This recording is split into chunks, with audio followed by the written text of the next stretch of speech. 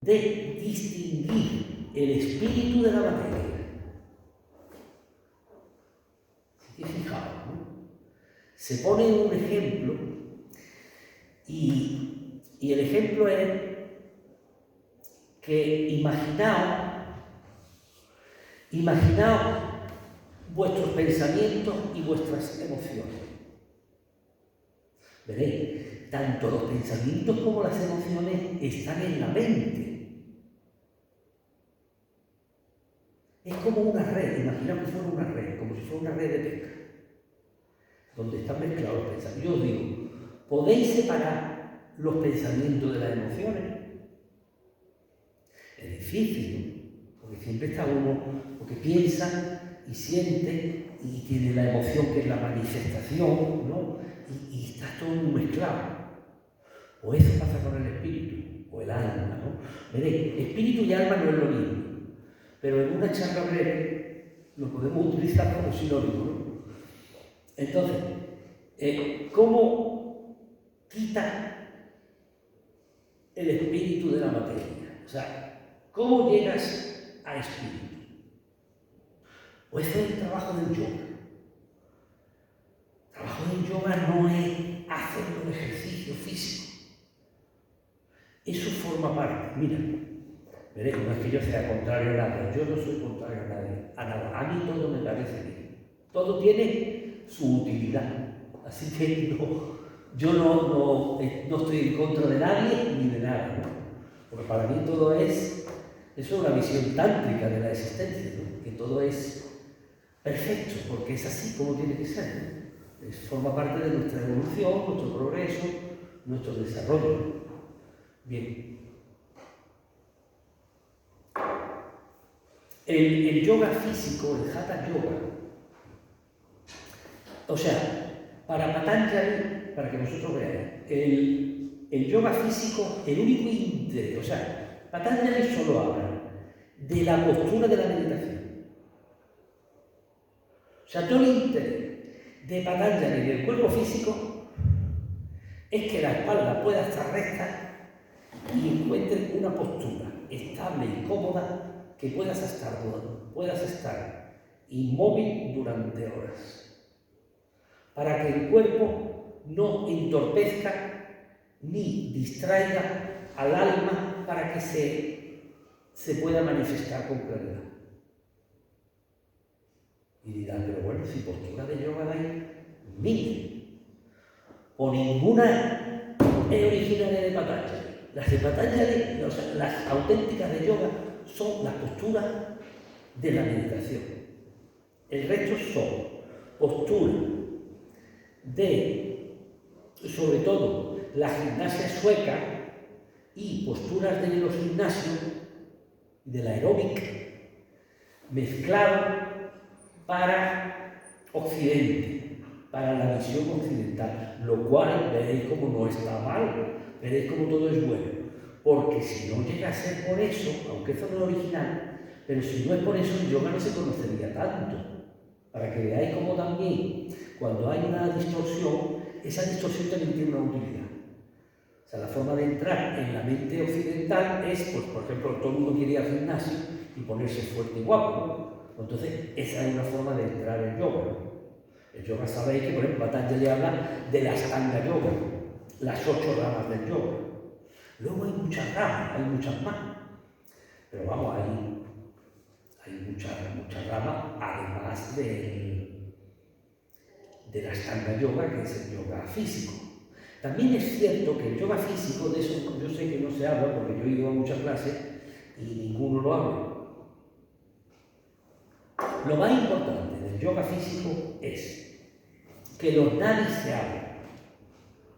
Es decir, al hacer posturas que no son habituales en las personas, los nadis, o los meridianos, como lo llaman los chinos, los nadis son como si fuera una especie de red sanguínea, pero de la energía sutil o el prana, de la energía vital.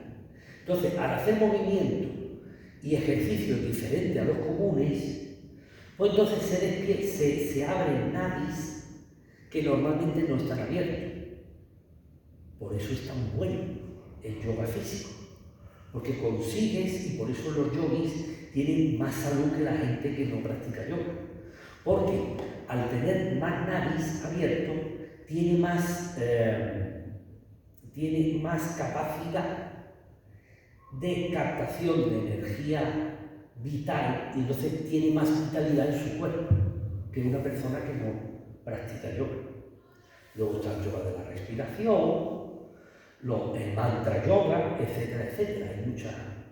Hay muchas ramas, ¿no? Y sobre todo, hacer hincapié en la separación entre materia y espíritu. Y que el yoga es una enseñanza para percibir tu alma. Porque yoga viene de la palabra yug, que significa unión. Es la unión con el alma. Pero claro, para unirte con el alma, tienes que percibir el alma. Porque si no, dice, yo me uno con Pepe, pero yo tengo que saber quién es Pepe, para unirme a Pepe. ¿Comprendéis? Entonces, es un trabajo impresionante. Y a mí de verdad, yo es que alucino, porque a mí lo que más me sorprende, como decía hace un rato, es que cómo puede hablar de cosas tan profundas y resolver todas las dudas que se nos puedan plantear hace miles de años. Y hoy en día estamos enredados en enseñanzas que a lo mejor son más básicas, y ahí dándole vuelta a lo mismo, pero si eso para tener una frase te lo resuelve. Pero claro, hay que tener el acceso al conocimiento y también la comprensión, ¿no? Pero de verdad que es muy interesante. Si queréis hacer alguna pregunta, adelante, que ya he hablado mucho rato. Si queréis hacer alguna pregunta del tema, adelante. En tu libro hablas de la autorrealización y de la iluminación. Y hemos hablado de lo físico, de los nadis, del espíritu, pero ¿cómo nos darías una guinda para abrirnos a esa conciencia de iluminación? Excelente pregunta, María José. Como no podía ser de otra manera, viniendo de ti. Bien, muy resumido, autorrealización es auto es uno mismo, ¿no? Y realización es lograr, ¿no? Conseguir.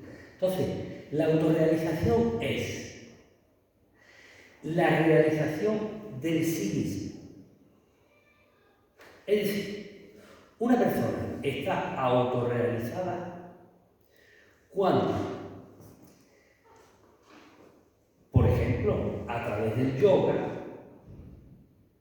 estamos hablando hoy de ello, entre otras cosas, pero fundamentalmente del yoga, a través del yoga consigue llegar a su ser. Hablamos antes, ¿no?, de la separación entre materia y espíritu. Entonces, en primer lugar, consigue distinguirlos, ¿no? Es decir, esto es la materia y esto es el espíritu. Y entonces ahora se une al espíritu. Y ahora vive desde el espíritu, desde el ser. Entonces no vive desde el DNI, sino vive desde el ser. Valga un ejemplo. Si una persona vive desde el ego, solo le interesa lo material. Entonces dedicaría su tiempo exclusivamente a ganar dinero, ¿no?, que es lo material. En cambio, si vive desde el ser, haces otras cosas que a ojos, desde el que vive en la mente, desde el que vive en la materia, dice, este tío está chalado, ¿no? Pero no puede comprender el que vive desde el ser.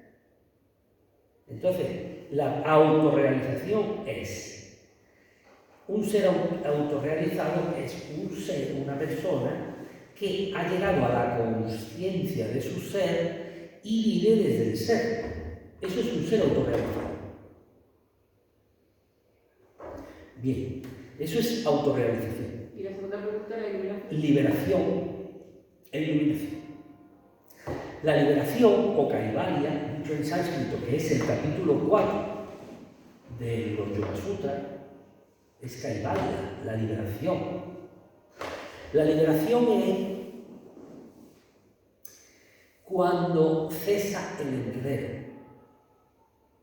Es decir, cuando tú ya no estás enredado, tú te has liberado. Otra cosa es que tú, mira, vamos a poner un ejemplo. A mí me gusta poner ejemplos, siempre que se puede porque se comprende uno mejor. Por ejemplo, una persona adulta, si nosotros, no tiene necesidad, hablo en general, no tiene necesidad de ir a comer a lo mejor con su madre, por ejemplo. No, yo no tengo necesidad de ir a comer con mi madre. Pues yo en mi casa tengo comida y tengo 20 euros en la cartera para ir a comer a un bar, a un restaurante, ¿no? Pero voy a ir a comer con mi madre, porque hace 15 días que no la veo y tengo ganas de saber que me gusta. ¿Comprendéis? Esa persona está liberada, es un ejemplo, de comer con su madre. No es necesario, pero lo hace. Pues eso es un ser liberado. Un ser liberado puede estar aquí, pero está porque quiere. No como el que no está liberado, porque el que no está liberado es como si estuviera hipnotizado. Es que vaya en el mundo de la ilusión, te hipnotiza. Está aquí porque tú quieres, yo qué sé, tú quieres ser importante, o quieres, yo qué sé, ganar mucho dinero, las cosas de la mente, ¿no? En cambio, la liberación es tener la conciencia de que estás aquí como si fuera, como hemos dicho, ¿no? Y como una especie de hipnosis. Ya podríamos entrar en el tema del karma, y estás aquí, en este mundo de la ilusión, ¿no? Entonces, liberación es el que está liberado. Aunque esté aquí, pero está aquí porque quiere estar, no porque no tiene más remedio que estar. Y iluminación. ¿Qué es la iluminación? El ejemplo es Buda, ¿no? El iluminado, el despierto. Veréis, la iluminación es percibir la realidad y no la ilusión. Por eso se llama iluminación. Es como si, imaginaos que estamos en la oscuridad, imaginaos que estamos aquí en esta sala y se apaga la luz. O hemos entrado con la luz apagada. Y ahora hay uno, como puede se sienta, no, pero no ve nada, no, está todo oscuro. Pues eso es lo que nosotros percibimos. Entonces, ser iluminado es como si enciende la luz y ve la realidad, pues se llama iluminado, porque es una luz, es la luz de la consciencia la que percibe la realidad, no la luz del ego. Nosotros percibimos con el ego, con la mente. El ser iluminado percibe con el ser. Por eso se dice, si quiere desarrollar la vista, dicen los esoteristas, si quiere desarrollar la vista, cierra los ojos. Eso no lo comprende el que no es esoterista, dice, tachado, ¿cómo voy a ver con los ojos cerrados? Claro, porque lo que está viendo con los ojos físicos no es la realidad. Esto es el mundo de la ilusión. Y si no, que le pregunten a los físicos cuánticos, que no hacen más que reafirmar lo que decía Buda hace casi 3000 años ya. La naturaleza interdependiente de la realidad. Es decir, la realidad no tiene conciencia intrínseca en sí misma, sino que la realidad está influida por nuestra visión. Por eso, un mismo acto, esto es un ejemplo claro, ¿no? En una cultura, un acto es una atrocidad. Y en otra cultura, en otra civilización, ese mismo acto es una cosa normal. ¿Por qué? porque el acto en sí no tiene naturaleza, es como tú lo veas, como tú lo percibas. Si tú lo percibes que es una barbaridad, pues es una barbaridad. Si tú lo percibes que es una cosa natural y normal, pues así lo es. Entonces, la iluminación, el ser iluminado, es el que percibe las cosas como son. Y para percibirlas como son, se recomienda cerrar los ojos. Pero ojo, yo me acuerdo que cuando yo estudiaba el espiritismo, decían los espiritistas, cierra los ojos y anda, no te tropieces, no te des golpe, procúralo. Pero no, así no, porque eso despierta los poderes psíquicos. Claro, ¿entiendes? O sea, eso es en lo que el espiritismo le llama el fenómeno de la doble vista. Que ve doble. Ahí, por ejemplo, hay medios que ven una realidad encima de otra, ¿no? Pero no es eso. O sea, la iluminación no es eso. No es poder psíquico. Por cierto, de los poderes psíquicos os voy a decir una cosa. Unido con esto, con la iluminación, que es lo que Patanjali llamaba, y en sánscrito se denomina el Dharmamela. Veréis. Esto es la fuente y esto es el Kali Yuga, año 2022. Estamos retornando a la fuente, ¿no? Como hemos dicho antes, estamos aquí y retornamos. Patanjali aconseja que si se te despierta o tú notas un poder psíquico, que pases de él. Pásate. O sea, tú no te enredes en el poder psíquico. Déjalo. Por ejemplo, yo recuerdo que cuando, según la doctrina espiritista, yo no tengo nada en contra de nada, simplemente yo voy avanzando, voy estudiando y comento lo que yo creo que es como es, ¿no? Con el respeto debido a todo el mundo. Además, todo tiene su momento, su camino, y está todo bien. Si tú estás en tu casa, por ejemplo, te acuestas por la noche,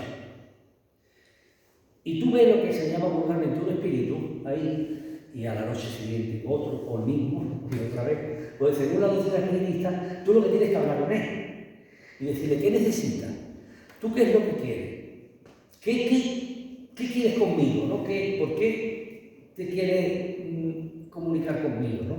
Bien. Esto lo que hace es desarrollar los poderes psíquicos, porque tú ya te enredas en eso, tú ya empiezas y ahora, ¿y qué te ha pasado? Y esto y lo otro. Y eso en realidad esotéricamente es lo que se llaman cascarones, eso no son espíritus, esos son cascarones, estos energéticos, no como una conciencia, sino como una energía mental todavía, ¿no? Entonces, el Patanjali, en este caso, ¿no? Si el ejemplo, te diría lo contrario, te diría, tú, si estás durmiendo, no lo metes para el otro lado, no le prestes atención, se cansará. Como cuando uno llama por teléfono 14 veces en una empresa de estas pesadas, dice, bueno, ya dejará de llamar. No, pues el espíritu, o lo que le llaman el espíritu, ya se cansará tener la absoluta seguridad de que aquí nadie es insustituible. O sea, no es imprescindible para nadie el que tú le ayudes. O sea, el universo es tan grandioso que más que nada muchas veces, por no decir siempre, somos nosotros los que nuestro ego nos quiere hacer parecer necesario, ¿no? Y el mundo, tú sabes, funciona, nos morimos todos mañana y el mundo sigue igual, no pasa nada. Bueno, no me quiero enredar, valga la expresión. Entonces, el Patanjali lo que diría que tú al espíritu ese o a esa energía tú no le prestes atención y no desarrolles tus poderes psíquicos. Y cuando tú vas avanzando y van saliendo los poderes psíquicos, la persona con ego y la que no tiene a lo mejor no ha investigado suficientemente, ¿no? Y no ha accedido, por ejemplo, a Patanjali, no ha profundizado ahí, entonces esa persona se enreda ahí, se enreda en esos poderes, ¿no? Pero si tú eres capaz de avanzar, no prestándole atención a esos poderes, por expresarlo así, pues entonces dice Patanjali que llega el momento en que es como si fuera un premio espiritual, aunque tampoco hay que buscarlo, ¿no? Pero es así, dice que es así. O sea, es como que tú, es como si estuviera, imagínate que estuviera pasando por el coche, va pasando una niebla, ¿no? Donde todo se percibe ahí, y llega tú sabes que la niebla no va a ser eterna, porque aquí no hay nada eterno, solo el espíritu es eterno, el resto es perecedero. Entonces la niebla va a pasar. Pues lo mismo. Dice, no te enredes con los poderes psíquicos, porque esa niebla pasará y entonces se te concederá el Dharma Mega. El Dharma Mega es la visión completa. Entonces, es decir, si tú, por ejemplo, tienes despierto una facultad, por ejemplo, la clariaudiencia, por poner un ejemplo, tú no te enredes en la clariaudiencia, no, tú pásate la clariaudiencia. Porque tú, un poquito más adelante, vas a tener la visión total. Eso es Dharma Mega, y lo cuento ahora también, porque eso es la iluminación también, explicado de otra manera. La iluminación es ver la realidad, tal y cual. Que eso también tiene uno que querer. Yo, por ejemplo, he hablado con otras personas y dice, no, yo no quiero. O sea, hay mucha gente que tiene miedo, otra gente pasa, no tiene interés, todavía no se le ha despertado esa inquietud. Entonces tampoco hay que forzar, ¿no? Cada uno es libre.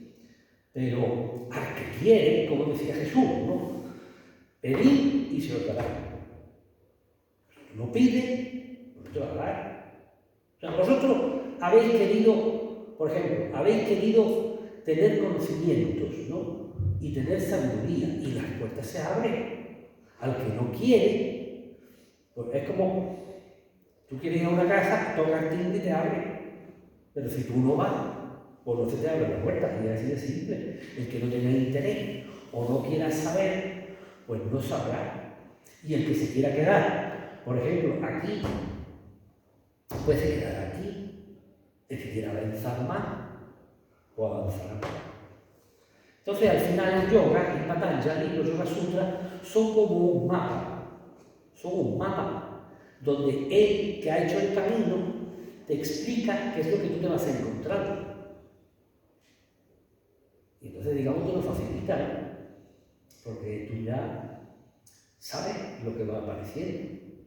Y está escrito como os decía al principio, ¿no? Patanjali es como Jesucristo en la India, una batalla, una divinidad encarnada. Entonces deducimos de eso que a lo mejor en la cultura más occidental, muchos que han seguido la línea de Jesús, la base de Jesús y la esencia de Jesús, han podido llegar a los mismos resultados que con Patanjali.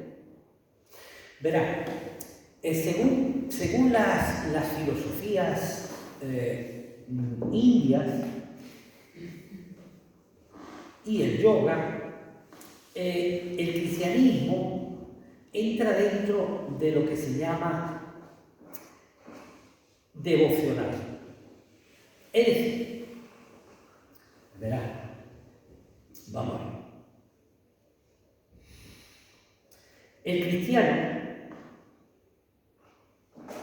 se entrega a Jesús. Dice, Jesús es mi Salvador. Yo le entrego mis problemas. Él me los va a resolver. Y mi devoción me hace unirme a Él. Y entonces yo también, es como si formara parte de Jesús, que representa el amor, ¿no? El amor de Dios. Es un camino, el camino devocional. Y Jesús es el maestro, digamos así, del amor. Jesús enseña el amor. Ojo, no el conocimiento. Jesús enseña el amor. Tú amas a Dios, amas a Jesús, amas al prójimo. El amor todo lo puede. Te hinca de rodillas y le reza a Dios, le reza a Jesús. No es el camino del yoga. No es mejor ni peor, es distinto. El camino del yoga es un camino de conocimiento. Es llegar a Dios a través del conocimiento. Tú, desde un punto de vista cristiano, nosotros llegamos a Dios a través del amor. Al amor a nosotros mismos, el amor al prójimo, el amor a Dios. Es un sistema religioso, ¿no? Una doctrina devocional. El yoga es un camino de conocimiento. Es decir, por eso decía antes que es una ciencia. Es un conocimiento para llegar a Dios. Fíjate la diferencia, ¿no? Tú llegas a Dios a través de la sabiduría. Te explicas cómo llegar a Dios, paso por paso. Es un mapa.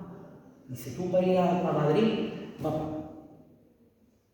En cambio, el cristiano no. El cristiano va y se hinca de rodillas y reza. Así también hay tradiciones hinduistas y indias que también son así.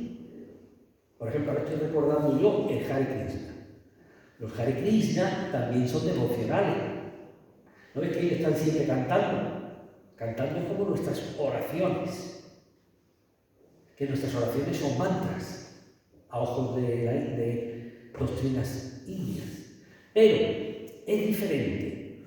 Veré, en el budismo tiene también varias líneas, ¿no? Pero en el budismo hay, por ejemplo, la línea tántrica, fundamentalmente se pone a...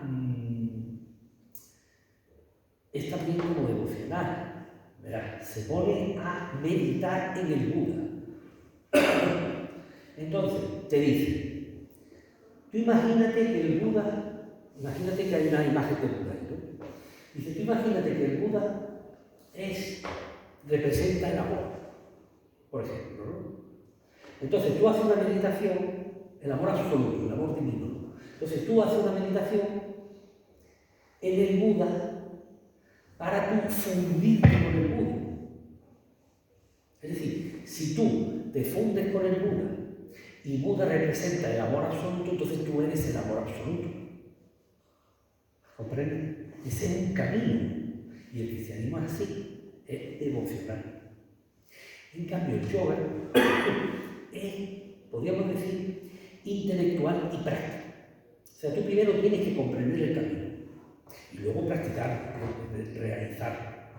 Y llegas a Dios a través del conocimiento, no del amor. ¿Es así?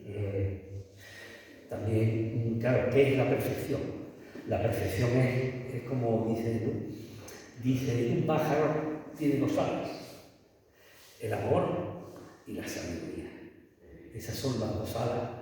Entonces, para llegar a la fuente, tienes que tener las dos. Por ejemplo, hay muchas personas, este es un debate, ¿no? Que dice, ¿el amor es suficiente? ¿La sabiduría es suficiente? ¿Qué es más importante? Por ejemplo, yo voy a hacer la pregunta.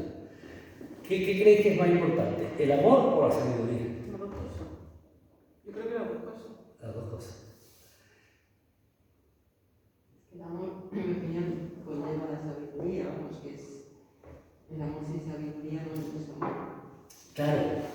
Bueno, claro, eso ya entra en el terreno de las opiniones. Por ejemplo, mi opinión es, como tú dices, de la revés. Porque claro, todos conocemos personas que tienen mucho amor, son personas muy amorosas, ¿no? Pero no tienen mucho conocimiento, ¿no? Son personas... En cambio, la sabiduría contiene el amor.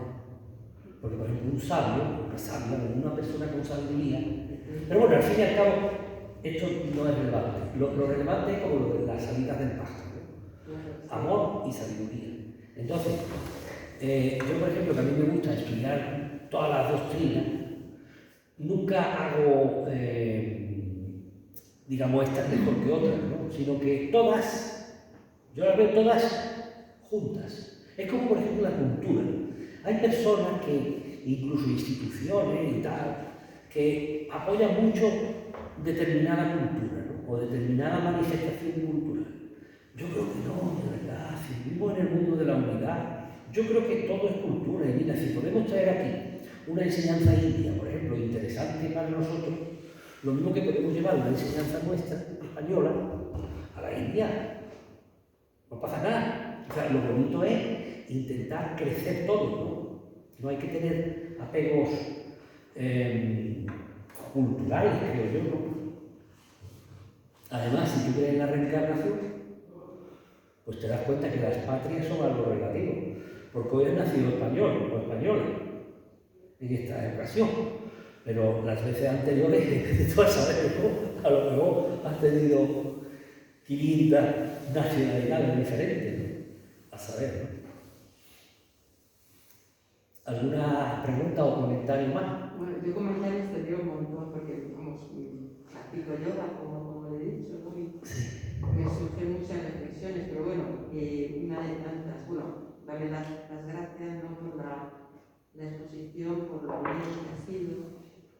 Y claro, referente al yoga, yo hasta dónde sé. Perdón, ¿puede hablar un poquito más fuerte? Claro, es que aquí no la escucho. Entonces, bueno, lo puedo decir. Sí, bueno, le daba las gracias por la charla, que ha sido muy amena, muy interesante. Como le decía yo al principio, yo practico yoga desde tiempo, he tenido acceso a los Yoga Sutras de Patanjali, los he leído, sé algo de sánscrito, tal. Y en lo referente al yoga, a la vía del yoga que yo conozco al menos, en principio son 7 estados. Yoga, ¿no? Yama, Niyama, Asana, Pranayama, Pratyahara, Dharana, Dhyani, bueno, Dharana, Dhyana y Samadhi, son 8, ¿no? Se llega a Samadhi. Bueno, Samadhi total. Según Patanjali. Según Patanjali. El Ashtanga Yoga. Justamente, que todo yo conozco. Entonces, claro, justamente la cuestión de la práctica, después de Yama, Niyama, que son las cuestiones éticas, etcétera, en uno mismo, con la colectividad, la cuestión de la práctica es fundamental. Justamente la práctica de las posturas es la que posibilita que luego uno pueda sentarse con la columna recta para practicar meditación o lo que sea, porque si uno comienza con la meditación, con la mente, como ha dicho usted, uno se tiende trampas, porque la mente enreda. Entonces, de ahí justamente la importancia de la práctica para que el cuerpo, que es la base, tenga un sustento. La práctica de asana, luego pranayama, etcétera, etcétera. Entonces, creo que en la práctica del yoga, repito, lo que yo conozco es fundamental la práctica. Y de hecho, por eso